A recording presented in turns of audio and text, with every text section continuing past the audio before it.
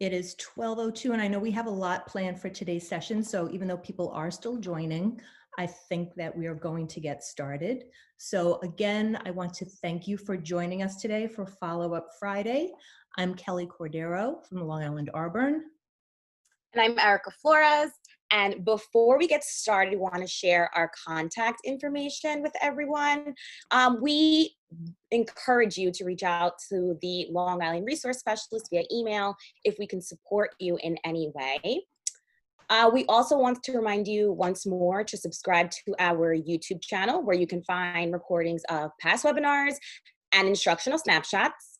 And at this time, I want to remind everyone who has not done so already to please sign into the chat using your first, last name, district, and title so we can confirm attendance and provide CTLA. Today, we're continuing our focus on issues of equity for ELLs. We started the conversation on Tuesday with our guest speaker, Sarah Otto, and we're focusing particularly on those issues that have come to the forefront during this time of distance learning. We are very excited to have Dr. Andrea Honigsfeld with us. And just to very briefly touch upon her background, Dr. Honigsfeld is the Associate Dean and Director of the Doctoral Program, as well as a professor in the Educational Leadership for Diverse Learning Communities program at Malloy College. Prior to her work in teacher education, she was an English as a foreign language teacher in Hungary and English as a second language teacher in New York City. And she also taught Hungarian at New York University. Dr. Honigsfeld was Fulbright Scholar, and she is an international presenter across the United States, Canada, China, Great Britain, Denmark, Sweden, the Philippines, Thailand, and the United Arab Emirates. She is the author or editor of more than 20 books on education, as well as numerous chapters and research articles related to the needs of diverse learners, co-teaching, teacher collaboration, and English language and literacy strategies. I am also very fortunate to say that she has been my mentor throughout my educational career. So a personal note of thank you. Thanks to you. Today, Andrea will be sharing her findings on lessons learned, challenges addressed, and next steps planned. Some of you may have responded to her survey and provided feedback on your experiences, as well as looking at reflecting the past, present, and future of education for ELLs under COVID conditions. So please feel free to enter any comments or questions for Dr. Honigsfeld in the chat throughout her presentation, and we will address them as time permits. So without further ado, welcome Dr. Honigsfeld. We're going to turn the presentation over to you now. Thank you so very much for that warm welcome. I'm really honored and excited to be here with you. Please know that we've been planning this session for a long time, and I've been also following your work for a very long time, how you immediately responded to the COVID-19 conditions with a wonderful series of webinars, the YouTube channel, the Twitter feed, just everything that the two of you and your entire department is doing is truly exceptional. And I'm honored to be included in this series. So I'm going to share my screen. We had a dress rehearsal before, so hopefully everything is going to go smoothly. Here we are. And as I mentioned, and it was mentioned earlier today, it is based on a survey that I sent out, and I think many of you might have contributed. If not, you could still add to it. But I was very puzzled, troubled, intrigued by what is happening. What is happening, what has happened in the past 3 months, what is happening right now, how do we continue as we finish up the school year, and what is the future of education for our English learners? Of course, for all students, but particularly for the purposes of this workshop, this webinar, what is the future for our English learners all about? So before I start, I absolutely have to begin with a personal statement, and please allow me to read it to you. In this time of national tragedy, grief, and anger due to continued systemic racism and failed leadership, it is crucial to reaffirm that educators play a critical role as social justice leaders, as agents of change, and as unapologetic advocates and allies for marginalized groups who are fighting for not only their rights and equity, but often for their lives. And a quote to further inspire you: in the end, we will remember not the words of our enemies, but the silence of our friends. And even though my session with you is not about anti-racist education and the many, many troubling issues that are every day filling our news channels, I had to start this way. Thank you for allowing me to do that. So the agenda for today's session, as it has been suggested, is past, present, and future. Just again, what have we learned? What challenges have been successfully addressed, and where do we go next? And I used many, many different sources. I've been reading extensively on this topic. Just in full disclosure, those of you who do not know this, I was in China in January, of all places. So I started following all of this on January 16th when I landed at JFK, and my husband's uncle welcomed me with the news about this strange virus, and he would not give me a hug. So I have lived through that anxiety from January 16th. What if I had brought back anything? And luckily I did not. But please know that I've been following emerging research, practitioner-oriented publications, blog posts, social media posts, and anecdotal evidence from around the world since I stayed in touch with many of the people that I worked with in China in January. And then I designed a survey. So I was also thinking of how to start this conversation with you, and I tapped back into my knowledge of Roman and Greek mythology. And then I remembered Janus, the Roman god of transitions, beginnings and endings, passages and gateways. And you might have seen this image, of course, before. One face is looking to the future, one face is looking to the past. And he is one of the most important gods in Roman mythology. And the reason is because he can look forward and look back with equal clarity. And I think very few of us can do that. So Janus is certainly very admirable. And we all know Janus from January.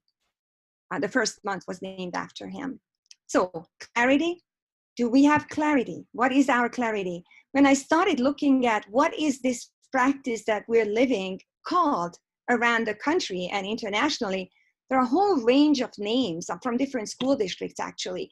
Is it remote learning, distance education, e-learning, online schooling, learning from home, teaching from home, or homeschooling? That's what my son is calling it, that I'm the teacher, administrator, the principal, the nurse, the lunch lady. And when I asked him, so what does that make dad? Well, that is the sub. That was the answer to that. So I think we're each experiencing this very, very differently. But what is also very clear is that this tragedy, this pandemic, brought out with amazing clarity the long-standing socioeconomic inequities in our societies, the systemic disparities in access to healthcare and education between and among communities, that the virus disproportionately affected certain subgroups of society, communities of color, African American and Hispanic communities, people with disabilities and high poverty areas, older adults, and we can go on and on. The research is emerging and very, very troubling. And of course, if you think about people who live on limited income or who are losing their jobs and there is no food on the table, and on top of it all, there is even more that's impacting our immigrant communities. One of them is anti-Asian xenophobia, bias, and discrimination when this disease is called the Chinese virus. So we do have clarity on the troubling realities that emerged. We also have clarity on how this is a global crisis, that no, it did not stay in China. And whether it traveled through Europe, as Governor Cuomo says, or from China, if there is a pandemic or there is an epidemic somewhere in the world with this global travel and mobility, it's going to be everywhere. We also know that each child and each family experiences this pandemic very, very differently. And we have to acknowledge that those who live in privilege and who can protect themselves and have a pantry full of food have a very different day-to-day experience compared to those who cannot do that. And each educator is also responding very, very differently, both personally and professionally. Many of us are moms. I have 3 children. 2 of them are still in grade school. I have a 4th grader, an 8th grader, and a college graduate. So we must reflect on how we are living through these times and just pause now. And that's why I was so grateful for this opportunity, because I'm co-reflecting with you and thinking about what have we learned from the past. When we pause and recharge over the summer, how can we be better prepared for the fall? And how can we plan for multiple pathways? Because there's no way that we're going back to normal. There's no such thing as normal to begin with. And who would want to go back to that normal when, as President Obama said, the curtain was pulled back on so many inequities? And finally, of course, we have to recognize Johari's window, which is a fascinating construct about the different areas of what we know and what we see and what we're aware of and what we don't. And finally, I do want to recognize that there's still too many unknowns there, and we don't know what we don't know, because daily new information is emerging and new experiences are emerging. The digital divide has been absolutely clear from day one, the socioeconomic divide. When I participated in some LILTA webinars, the main conversation about delivering food to families, delivering digital devices, or purchasing online access so that the families could have some sort of remote learning, distance learning happening. And I also reached beyond the Long Island region. And here is a quote from Pennsylvania. Harrisburg educator Laura Tittiger responded to me in great detail, explaining what she's doing, what she's experiencing. And she thought back to the very first day, and this is what she said. During the first days of closure, staff scrambled to reach families, meet basic needs. We're going back to Maslow's hierarchy of needs. See what technology our families had available, and so forth. The communication, interpreters reaching families, and the priority shifted to figure out what is remote education. And she very honestly describes that one other discovery that her district came to is, the way she says it is almost poetic. It was a terrible tangle of technology, lack of consistency, lack of focus on how can we transfer to this new way of learning overnight. And that's understandable. Anything that I'm saying is reporting it to you. None of it is judgmental, simply summarizing what I have found in the past few weeks. And as I mentioned to you, I constructed this survey, and I just snuck that little link in there for you, very easy link to remember in case you feel that you still wanted to add to the survey. I have over 400 responses. I originally anticipated that I might have, I thought I would have about 75, 100, 125, but there are, as of today, over 400 responses, and I'm still hoping to get more, because I want to have the broadest possible understanding of what is happening with our English learners under these conditions. So the tinyurl.com/COVIDAH is the link. It's a Google document if you want to go there. So I'd like to briefly report to you what I have found. I summarized the data for you a few days ago when there were 86 responses. So the majority of the respondents were in the K-8 or pre-K-8 context, but there were many other educational groups represented as well.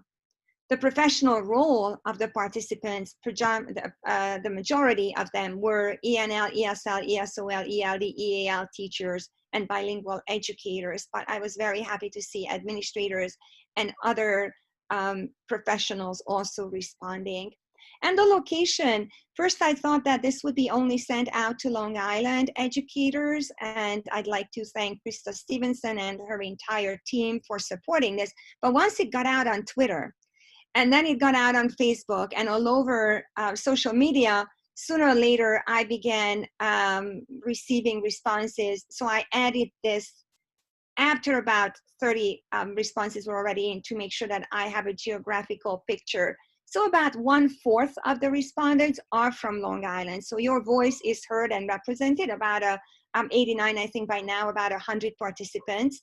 But I've also received a sizable number of responses from around the United States, which was really quite remarkable to read through the responses And I could recognize, was that a New York-based or not a New York-based answer? Certainly, the disparities were just even more glaring.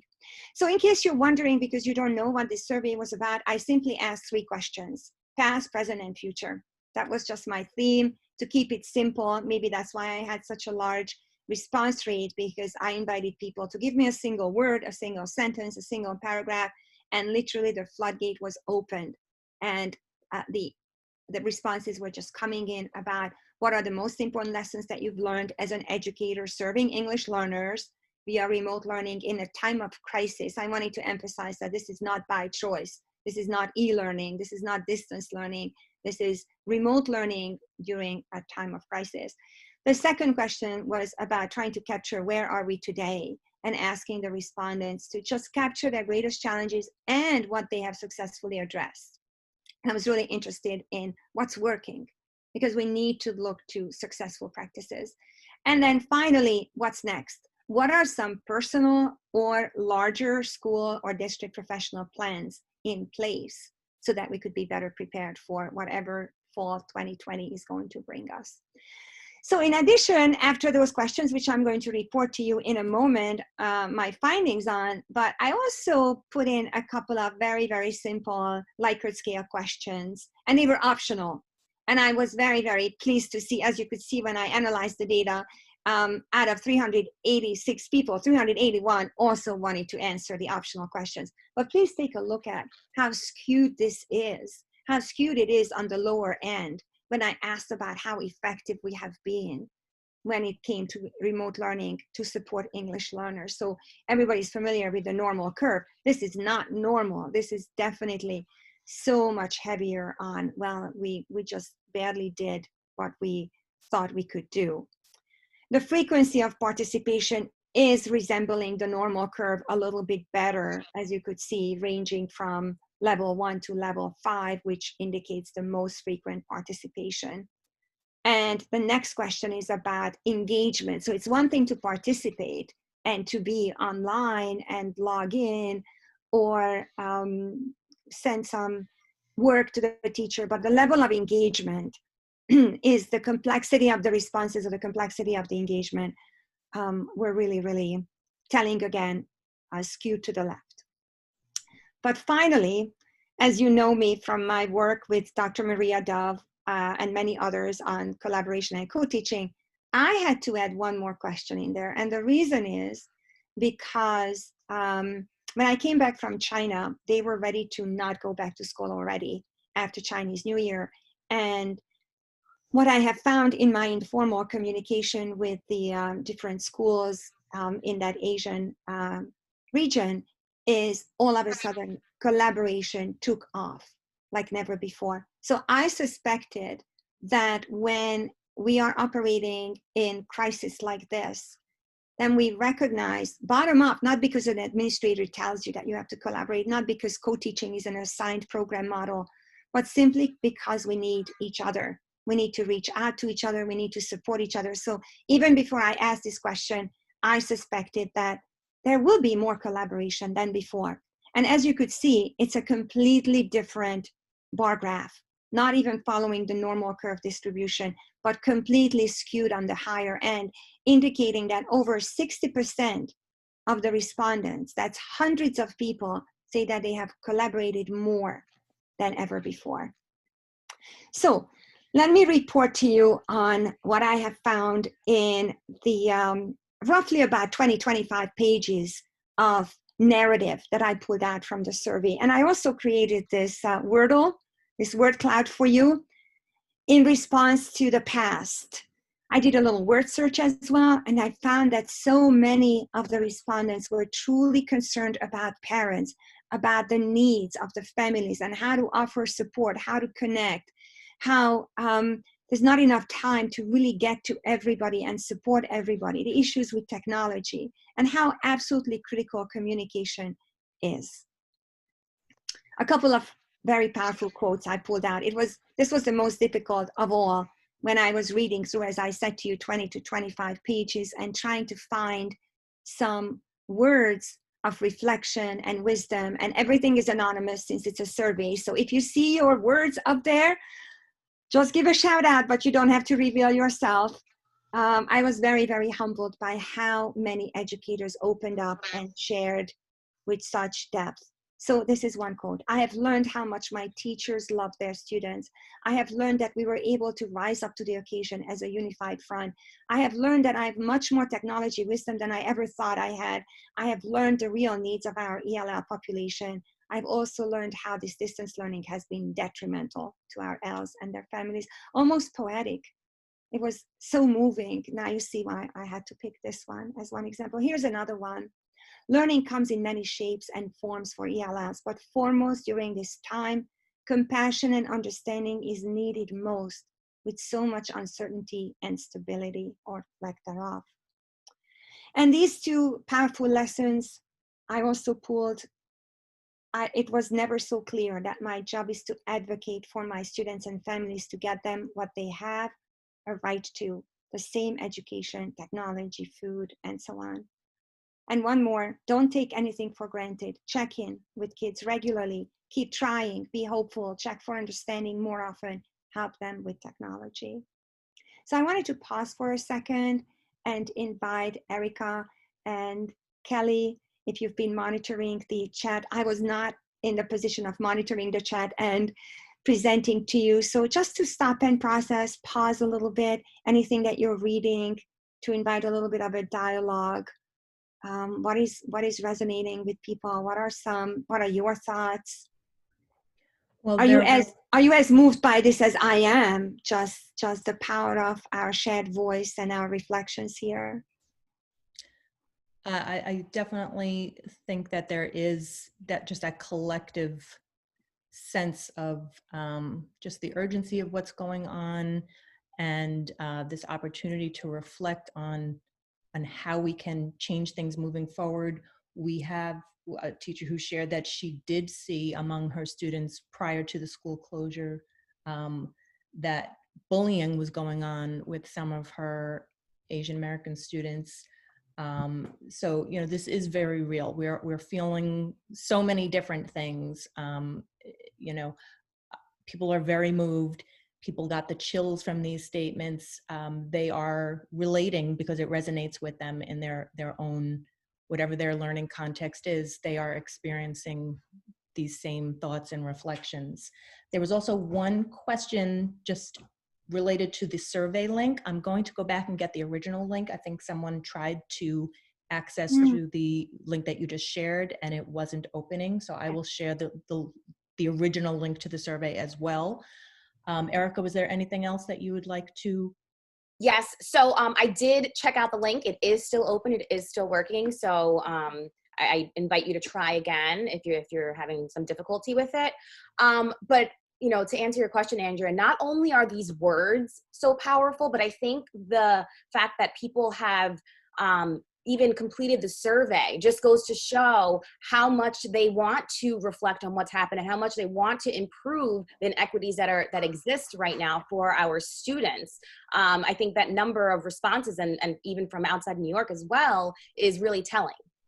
And Yes, in addition to that, I think just so many people, you know, our students are certainly going through feelings of isolation right now, but teachers as well, educators are feeling isolated. So I think that participating in today's webinar and participating in that survey, it gave people the sense that they're not alone. And I see comments about that coming in also, that just the power of knowing that you're not alone in these feelings, that you share this with your community of colleagues and educators is really a powerful thing. Thank you. And if I may suggest that you put the link in the chat box, because I know I had to move on with the slides and it was, I could have put in a QR code in there, but in case somebody didn't write down the link correctly, if you put it in the chat box, it will be available. So thank you so much. I'd like to continue by summarizing one more time the theme. So I did a little qualitative analysis, and this is very much in line with what you were just sharing with me, which is the past reflections were full of compassion, deep-rooted concern for students, families, everybody's well-being. Of course, just even having enough food and surviving the threat of this virus, but also going beyond that, this need to connect. The connections were so important. And there also another theme that emerged is the mismatch between the home life realities and then the schoolwork delivered remotely.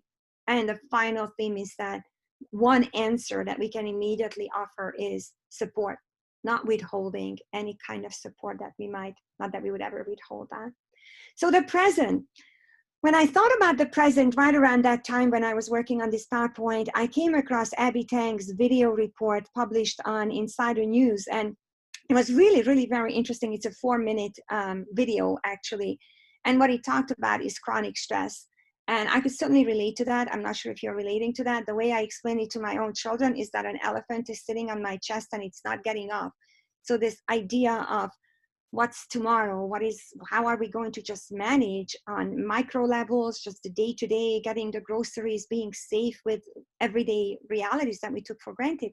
And then this video came about, I came across the video, and this one screen shot that I'm sharing with you just gave me this answer in a very cognitive and academic way, but I had my aha moment. And that aha moment was that what we're experiencing is called model-free learning. That we don't know how to do this, what we're doing now, because we never had this kind of a crisis. And we can't really look far into the future because we don't know what's going to happen. There's no clear pathway. So when we live in the present like this, we have to take it one step at a time. And it's extremely stressful when you have this, what's called model-free learning, and how every day we're reinventing and inventing and reinventing the wheel, as well as our families and students are doing the same. That's such an interesting point. For me, that just brings to mind our English learners who, Yes. Everything we do is modeling for them. Everything we do, and you see the importance, the relevance, the power of modeling. And we're experiencing firsthand now what it's like to be trying to move forward and learn without that model. And you see how critical that is. Isn't that powerful? It just Yeah. really immediately affirmed what I was struggling with, just trying to put it in words, like, why is it so difficult on top of everything else, of course. Right. But there's this one more, this cognitive level. Why is it so difficult for us teachers and educators? Well, this is our life's mission, to teach and educate. Yes. But we do not have that frame of reference from the past. Like, it's just something new that we have to figure out every day. And then the challenges were pouring in, definitely, in the second segment of my survey. And this just simply scanning this lengthy response about the lack of technology and internet for the students, when you have to send emails and daily calls to the supervisor, the principal, the AP, the IT person, just to get things going. And then this person who shared personally delivered the iPads and laptops and Chromebooks to the students. He or she translated the information for free internet in several languages for emails. Just the amount of effort that was poured into this work. This quote captures it beautifully. And I know that many of you did the same thing, that this is not an isolated example. There were so many that reflected this urge, the urgency and the need to learn, to help, to immediately step up to the plate. And of course, another kind of challenge and response to that challenge was priorities. So where are our priorities? And a common theme that kept emerging was our priorities are relationships, to build relationships with our littlest ones, the young kids, the uncertainty, how absolutely difficult it has been for the younger students, and how it impacts their language development. And here's an important reflection. I think my biggest mistake was to assume that the epidemic situation would be much more temporary than it was. And I had unreasonable expectations for my students' capacity for resilience, self-management, and learning accountability. If I could do it all over again, I would slow the train down and focus on maintaining contact and approachability with my students before trying to do any meaningful instruction. Very, very interesting, because this resonated with another piece of information that I gained from an interview. I was interviewed by Tan Huynh from Vietnam, and I reverse interviewed him because he was just returning to the classroom teaching after 3 months of online teaching at the end of May. And I asked him, God forbid you had to start all over again, what would be one thing that you would have done differently now that you had 3 months under your belt? And he said, I would have given the kids so much more opportunity to connect with each other. He said he was so focused on what he can do, what he can teach, what he can give to the kids. But what they really missed the most was each other. So that was just relationships. Whoever said this, you were right on the mark. Mhm. And I'd like to give a big, big shout out now to some of your previous speakers who so generously sent me screenshots and emails in the past couple of days since I watched your presentation, Samantha, from North Belmore. No secret, I live in North Belmore, so I was really, really excited to see your work being featured. So I'm featuring it again. Everything that you and your colleagues do to make sure that you support your English learners to learn a very rigorous curriculum. I have a 4th grader at home in North Belmore. So what you're showing here, what you're doing with your English learners is representative of the rigor that all of our students could be invited to participate in. And the way you scaffold it is really beautiful. So thank you. Also, a big shout out to Erin and Stacy from West Hempstead. You were also previously featured on this series. And I think I snatched it with permission from Twitter, where I was in awe of what you did here on this Padlet, inviting the students to write these what if poems. You both shared, you gave a model to the students, but you invited the students and allowed them to reflect on their daily realities and also to think about the possibilities in the future. Andrea, I just want to say I agree. I mean, Erin and Stacy have shared such amazing things with us, but that in particular, that assignment just blew me away with what they contributed, what they modeled for their students, and then what their students contributed to that. It was just so powerful. So that was a great example to share to highlight their work. And we could continue with the sharing. There are so many, many, many others. And of course, Sharice and Brianna from Long Beach Schools. Here is an example that just came in late last night, and I still wanted to quickly adjust my PowerPoint to make sure that we create this platform for showing even more ways that teachers try so hard to scaffold, to engage, to model all of our best practices that we have done in the classroom, from graphic organizers, paragraph and sentence frames, the Flipgrid videos, how we can guide our students to be able to continue with their language and literacy development. Here is yet another example of that. And I'd like to look beyond Long Island as well and share some other fabulous examples with you. Many of you might know those who co-teach, the Ready, Set, Co-Teach team from North Carolina. I've been supporting them very proudly for 4 years, and I'm so excited that what they have achieved under these very difficult circumstances is something we have been talking a lot about, and that is to loop with their kids so that the co-teaching team stay together and the kids stay with them, since there was no closure to this school year, and starting from scratch in the fall will be really, really challenging. So I'm happy to report that to you. And something else from them, the multimodal instruction that we've always tried in the face-to-face context of how to support the students with scaffolds and visuals and chunked text, as well as oral input so that they could hear and see language at the same time. I'd also like to take you to Idaho, of all places, where Molly and Shannon were featured in Idaho Public Schools, Idaho PBS. So what happened in Idaho, another state that I frequently support, is they teamed up with public television, and you can certainly go on YouTube and you will find hundreds and hundreds of video clips for every grade level that Idaho teachers produced immediately as the crisis came about. And I have quite a few examples of co-taught or shared presentations. And here is Shannon and Molly Jo as they teach about the states of matter, and literally with the split screen, the two of them at home. One is using the realia, the other is using a thinking map, and they offer the explanations as they go back and forth, video clips embedded in their recording. And these are all in the public domain. And let's go outside the United States and continue to see further and further examples of multiple forms of scaffolds from Lindsay and Hannah from South Korea. And then let's go to the future. But before we go to the future, again, I'd like to just invite a reflection. There was no way that I could have ever covered everything that is happening in the present time. So Erica and Kelly, or anybody from the chat box, if you would like to just share some more reflections on how you're experiencing the present challenges, how you're responding, what's working.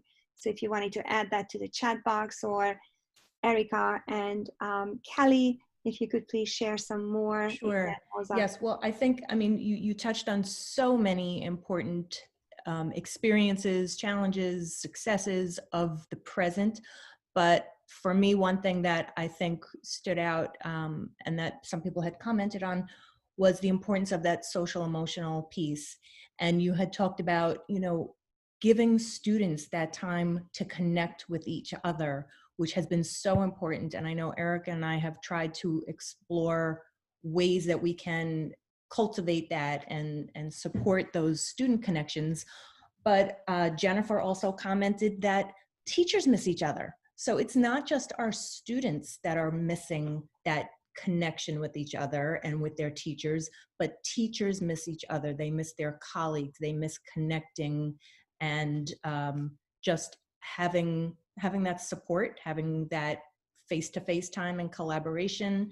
So even though many of us have found ways to collaborate and have had great success with collaborating digitally, we're still missing so much in that social emotional piece that we must try to address. And Andrea, you touched upon the collaboration between teachers, and I just always find that to be so crucial. I know I started my career co-teaching immediately, and I've learned so much from my co-teachers. There's several of my old colleagues here and old co-teachers, and I wouldn't have half the knowledge that I have now if it weren't for that collaboration with others. And so I think it's so crucial that we do highlight co-teaching and that we do continue to share, whether it be on Twitter or platforms like this, because that's how we continue to grow.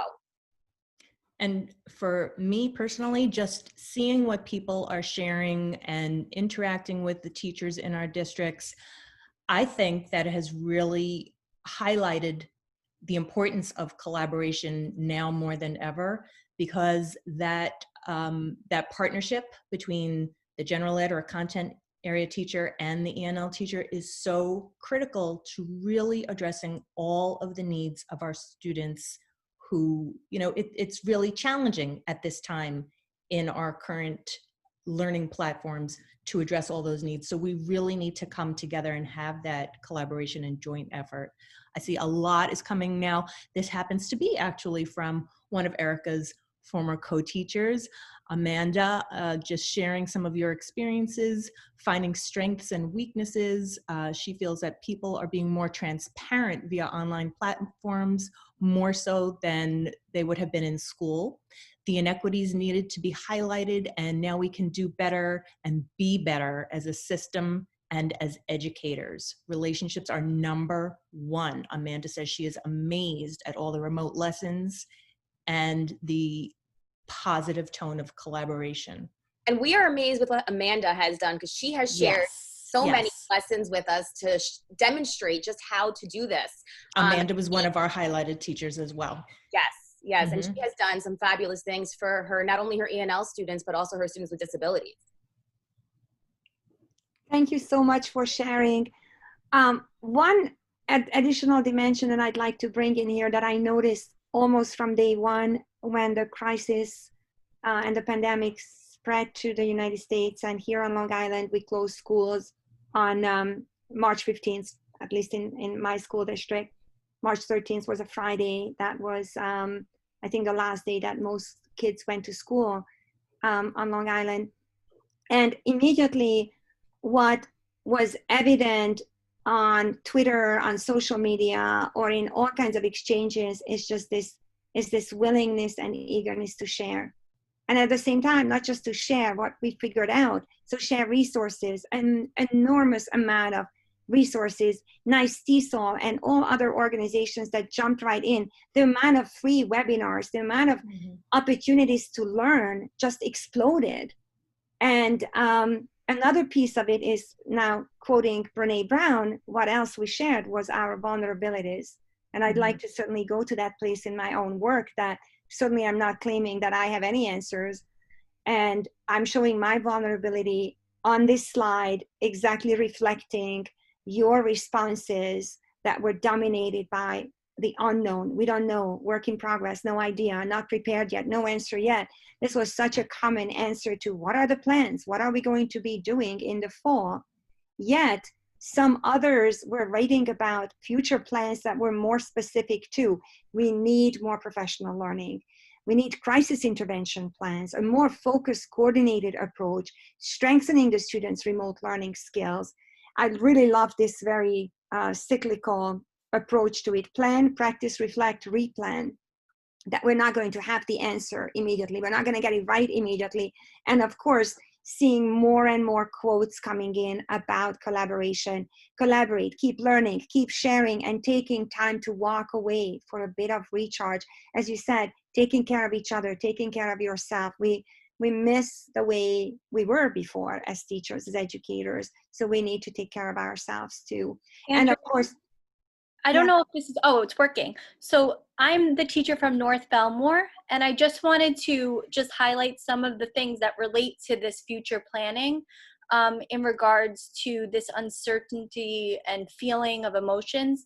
And one of the amazing things that our district has been doing was in the beginning of every week and the end of every week, we've been able to listen to the principals, call in and check in. And I know just for my principal at Dinkelmeyer, we have listened to her encourage this mindfulness and these mental health and awareness, healthy strategies of how to cope and gratitude. And they even assigned a wellness week and then a wellness day that took place I think it was last Friday.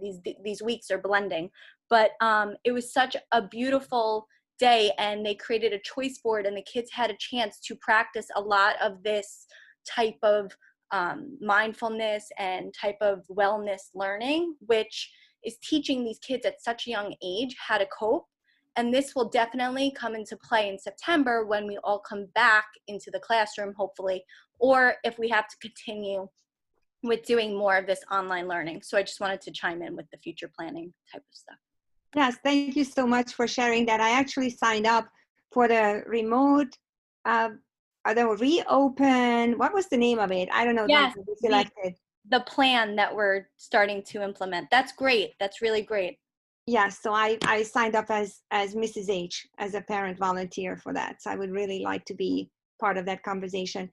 But when I ask one more question at the very end of my survey, what else would you like to share with me? Again, I expected 3 or 4 answers. No, there were hundreds and hundreds of answers. So again, as Kelly pointed out, this survey showed that we have this need to share, to communicate, to connect with each other. And this is one of the many quotes that I could have chosen, but I picked this one. There are good and bad things about remote learning. Students who were reluctant in person seem to be more engaged and talkative. Parents are involved in the lessons and assignments. They are receiving model lessons as to how to teach their children. The negatives are not having 100% participation and the opportunity to make a physical connection. I try as much as possible to engage with each one and make them feel as if I'm speaking directly to them. So going back to that need for connection and building and strengthening those relationships. So I came across Andrea, this. I'm sorry. Yeah. I just wanted to, sorry to interrupt you, but we have Alma with us today too. And Alma pointed out, we talked about the connections between students, teachers, students, but administrators too. So Alma is speaking from the perspective of an administrator, saying she misses her teachers. She misses connecting with the students all the time. So it's really everyone, it's the community. It's the community that is missing each other member of that community. Absolutely. And hi, Alma. So good to see all of you here. I saw so many familiar names as I was looking through the roster. So I came across this acronym that's TAWADI, if I'm pronouncing it correctly, which is the way we have always done it. And there's no way that we can ever use that phrase again, because there's no way we know how to do what we're doing right now. So we are not going to go back to normal. And this survey response code is really, really powerful. Equitable access to education is now critical. We need to ensure that we are at the table to ensure our student and their families are at the beginning of the problem-solving efforts. We cannot be an afterthought. And I'm reading it as the our community, as the bilingual, multilingual community, the students, the families, and the educators who work with them. And I agree 100%. So just a few things that I researched and found for you. The CDC guidelines that came out first, you might have seen it, very, very severe restrictions, restructuring, reshaping, remodeling, extremely difficult to even envision what is this going to look like in reality. This looks okay on paper. What could ever be, who could ever do this? Then they came out with a more recent, more detailed set of guidelines and in a pictorial flow chart fashion. And I especially want to direct you to Appendix F of that. So keep an eye on cdc.gov, coronavirus, and so forth, and look for Appendix F's. But also think about how this is going to be revised multiple times. This is just not it yet. But it's important to keep an eye on what is happening nationally, what are the guidelines that we are considering. I also look to Eric Scheninger a lot. Not sure if you're familiar with his work. He was a principal of the year, and he was actually one of the first educators who introduced social media, Twitter especially, as a way to communicate with families. And I was very impressed with his re-entry plan focus areas, as he identified 8 major areas. And if you just quickly skim or scan this infographic, you will see that just about everything that we talked about was addressed. When we didn't talk about budget, we will do that in a moment, but many of the same issues that he brought up here on this diagram are issues that we've already addressed together as well. And I also look to Valentina Gonzalez, who is a very insightful, very giving and sharing educator. With permission, she allowed me to bring this infographic that she designed for Sideless Education, just reflecting on what should we do, what should we not do as we are consolidating all of our understanding so far. So again, if you look at the major points resonating with what we have talked about already, start with empathy, provide multiple entry points into the curriculum, into learning, and recognizing that students will be at different points, families will be at different points up, just grappling with what's happening.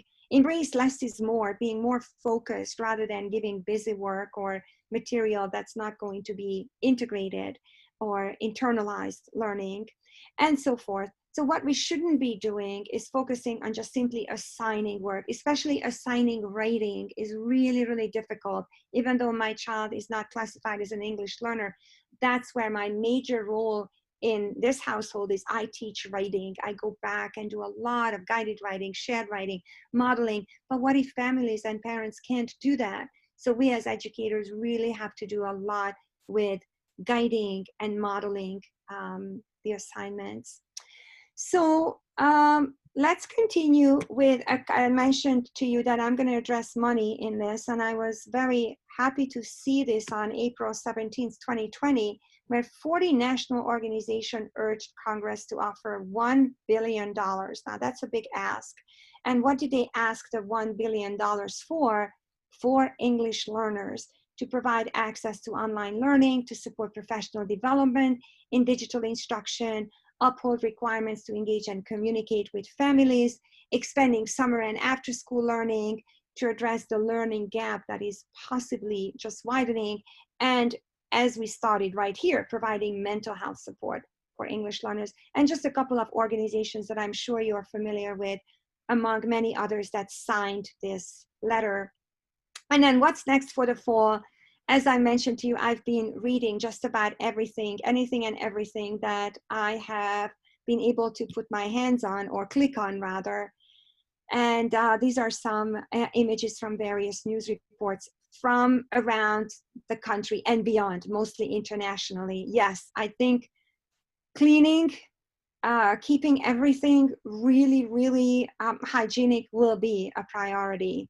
In Denmark, outdoor education is taking off, using open space as classroom. Because how many kids can you fit into a classroom? How are you going to spread out the desks? It's only a handful of children who are there in that room. So a sort of a hybrid learning is also happening. Some parents will not allow, or they are not allowing in Denmark, their children to go to school.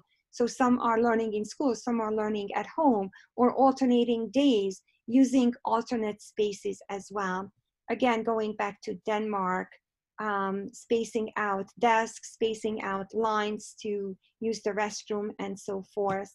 Children requiring to wash hands every hour, wearing masks, giving specific instructions on how to take care of themselves. These are some images from South Korea from Lindsay Kuhl, one of my online friends and colleagues, shared their reopening guidelines as she went back to school just a couple of weeks ago, and how hybrid learning is taking place or digital tools being brought into the classroom as students are doing a turn and talk or brainstorming on their computers rather than huddling together and working on a chart paper. The resources, the masks, it's going to be a very different reality as we go back to school. I also came across this ASCD blog by a New Jersey educator who actually had 91 questions to consider. I couldn't even start writing up those questions. How many questions are up in the air about what the next year is going to look like? I really encourage you to dig into that article as well. And to me, one of the most powerful articles from Edutopia was this article that explained 4 possible scenarios with very catchy labels or titles.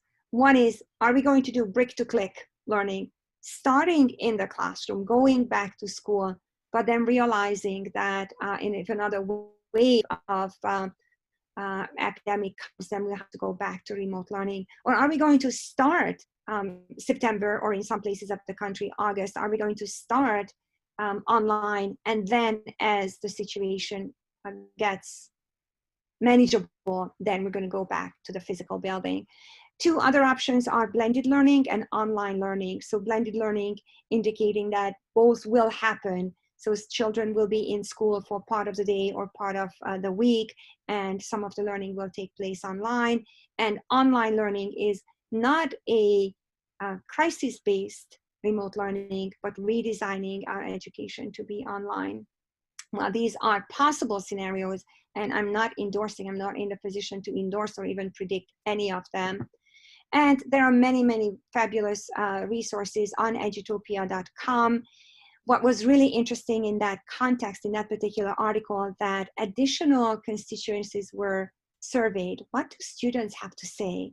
And that's really, really interesting. That was absent from my survey, and I would love to do this as a next step, is so how did they experience these past 2.5 months? And this is what they were asking for: more high-touch learning. Getting back to my friend in Vietnam, said the same thing, that they want to interact with each other, even if it's remotely. So trying to find opportunities for synchronous interactions.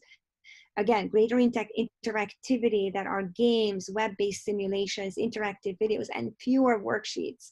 Personalized learning, so skills-based, ability-based, interest-based, the home situations, tapping into their individual interests. And of course, real world and authentic opportunities to learn were also some of the requests, rather than just simply being on the receptive end of education. And in light of this, some summaries of what teachers could do or need to do according to this survey is thinking about the direct instruction as a multimodal type of transmitting of information. Cognitive models of learning to be considered, such as not to just deliver the information, but invite inductive reasoning, a lot more open-ended, experiential or metacognitive problem-solving type of learning opportunities. And then going back again to this social model of learning, that we are sociocultural beings. So it can be a one-way channel, and it's going to be extremely difficult for English learners, of course, but how we're going to have to learn to approach online learning or remote learning through some sort of jigsaw, reciprocal, discussion-based, debate-based, and peer tutoring as well as part of that. And how to help students. We talked about, yes, we need a lot of professional learning for ourselves, but we have to also focus on helping our students become self-directed, independent learners.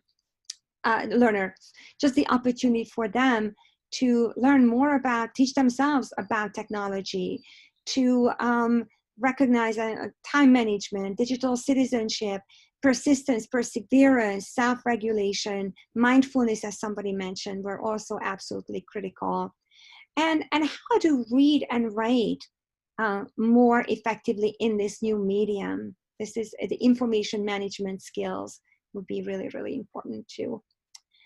And that concludes what I prepared for you. So I'm going to stop the share. And oh, very good. So timing is pretty good. I think we wanted to leave a little bit of time at the end for conversations, as well as reviewing what you entered into the chat box. So thank you so much for giving me this opportunity. And well, thank you so much for sharing all this, the amazing responses that you received in your survey, and just all of your work and research in this area. You definitely connected with everyone in our audience, because I see the chat has been very active, just people connecting to things that you've talked about, the outdoor education, thinking about, you know, how much their students have really appreciated being able to connect with each other, however teachers have provided those opportunities through Google Meets, different virtual classroom platforms. At this time, are there any other specific questions that anybody has, or any other final comments anybody would like to share? You can either enter them in the chat, or you can unmute yourself to share them.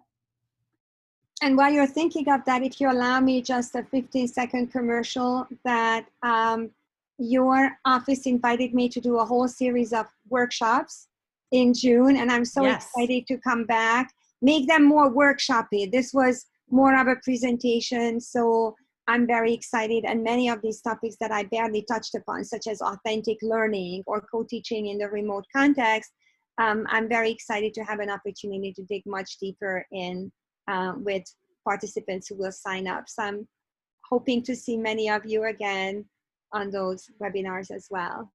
Thank you, Andrea. We are so excited to have you back soon. And I already see comments in the chat echoing those same sentiments. And thank you so much for compiling all of this information into, you know, almost a quick snapshot of what you have found in this research, and collecting all of this data for us.